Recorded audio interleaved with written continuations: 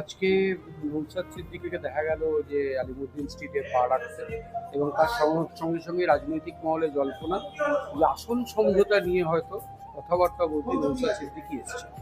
হ্যাঁ, আমরা বেশ কয়েক মাস আগে থেকে বলে আসছি। আপনারা জানেন যে আমরা বামেদের চেয়ারম্যান বিমান সাহেব বসু সাহেবকে আমরা চিঠি করেছিলাম যে বর্তমান পরিস্থিতিতে বিজেপি এবং তৃণমূলের হাত থেকে বাংলাকে বাঁচাতে হবে, আসুন ঐক্যবদ্ধ হয়ে লড়াই করি এবং বিজেপি এবং তৃণমূলকে হারাই সহজে। এই মর্মে আমরা চিঠি কংগ্রেসকেও করেছি, কিন্তু সেখান থেকে সেই অর্থে রেসপন্স আসেনি। বামেদের পক্ষ থেকে চিঠি রেসপন্স করেছে। আমরা একাধিকবার আলোচনাও হয়েছে আমাদের এর মধ্যে। আজকে আমাদের আলোচনা ছিল যে কিভাবে আপনার লড়াইটা হবে, কোন দলের প্রার্থী দিলে লড়াইটা ভালো হবে, সে বিষয় নিয়ে আজকে আমাদের আলোচনা ছিল। বিমানদা ছিলেন, সেলিম বাবু ছিলেন, আর ওটা শ্রীদীপ বাবু ছিলেন। না, নির্দিষ্ট আসন নিয়ে না, আমরা একটা সংখ্যার আসনের কথা হয়েছে, সেটা নিয়ে আলোচনা হচ্ছিল। কোথায় কারা লড়াই করলে সেটা আমরা ভালো রেজাল্ট করবে, সেই বিষয়টা আমরা বেশি আলোচনা করেছি। আমাদের অ্যাকচুয়াল লক্ষ্য হচ্ছে যে বিজেপি এবং তৃণমূলকে হারানো। সংখ্যায় শুধু সিট বাড়িয়ে নিয়ে ওটা আমাদের লক্ষ্য না, এটা আমরা বলে এসেছি ওখানে যে আমরা চাইবো যারা যেখানে শক্তিশালী আছে তাদেরকে আরো বেশি সাপোর্ট দিয়ে সেই সিটটাকে কিভাবে বিজেপি এবং তৃণমূলের হাত থেকে কেড়ে নেওয়া যায়।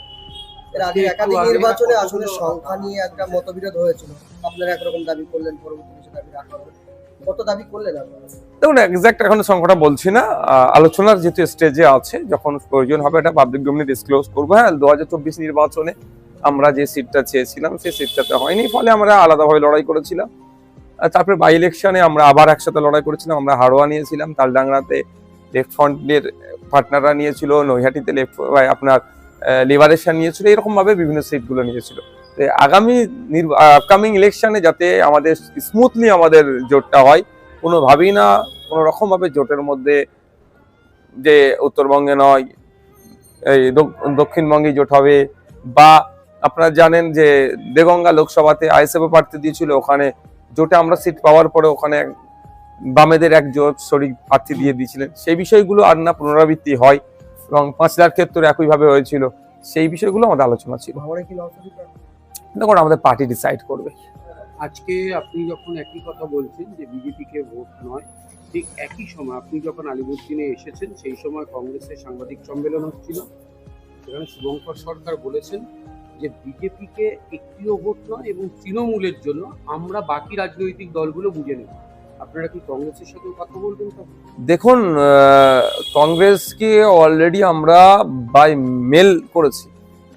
মেল করে আমরা আহ্বান করেছি। প্রয়োজনে আজকে ওনার প্রেস স্টেটমেন্ট দেখবো, প্রয়োজনে আবার রিমাইন্ডার দেবো। আমরা তো চাইছি বিজেপি তৃণমূলের বিরুদ্ধে আমরা সকলে ঐক্যবদ্ধ লড়াই করি।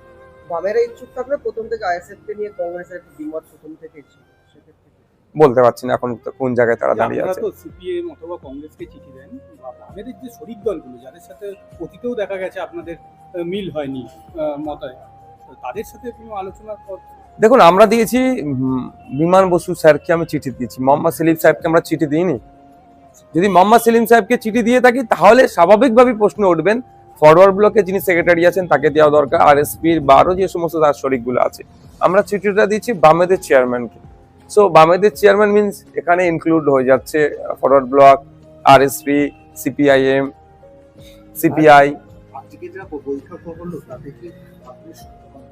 না, আমাদের আলোচনার স্টেজ আছে, এখন সন্তুষ্ট অসন্তুষ্টের প্রশ্ন তো এখন আসেইনি। আমরা একটা সিটের আলোচনা হচ্ছে, এবার সন্তুষ্ট অসন্তুষ্টের প্রশ্ন যখন থাকবে পরের স্টেপে, যখন সিট নিয়ে যখন আমরা চর্চা করবো, কে সিট কোনটা নেবে বা কোথায় কোন সেগমেন্টে দাঁড়াবে, এইটা নিয়ে মানে আসন তো নির্ধারিত, এবার সেক্ষেত্রে সংখ্যা শরিক মানে আপনার যদি পার্টিগুলো সংখ্যা বাড়লে সেক্ষেত্রে আসন তো প্রত্যেককেই কমাতে হবে, সেটা স্যাক্রিফাইস করতেই হবে। আমরা বিজেপির বিরুদ্ধে তৃণমূলের বিরুদ্ধে লড়াই করবো বলছি, আর আমরা স্যাক্রিফাইস করবো, এটা হয় না। আইএসএফ স্যাক্রিফাইস করতে প্রস্তুত আছে। একদম। হুমায়ুন কবির 31শে জানুয়ারি পর্যন্ত সময়সীমা দিয়ে বলেছেন মিল এবং আইএসএফ এর সঙ্গে আসন সমঝোতা করবে। আমাদের সাথে এখনো পর্যন্ত অফিসিয়ালি কেউ যোগাযোগ এই ধরনের করেনি, বা আমাদের রাজ্য কমিটির কোনো নেতৃত্বের সাথে এই ধরনের কেউ আলোচনা করেনি। যদি রাজ্য কমিটির কোনো নেতৃত্বের সাথে ভার্বালি আলোচনা করতো সেটাও আমাদেরকে জানাতো, এরকম কোনো খবর আসেনি। না, আমাদের কোনো কমিউনিকেশন কারোর সাথে নাই। আমরা দেখুন, অল অ্যাবাউট পলিটিক্স আমি অনেক আগে বলেছি, প্রত্যেকটা ইস্যুই তৈরি হচ্ছে নির্বাচনকে সামনে রেখে। শুধু বাকিগুলো একটু বাইরে। আচ্ছা।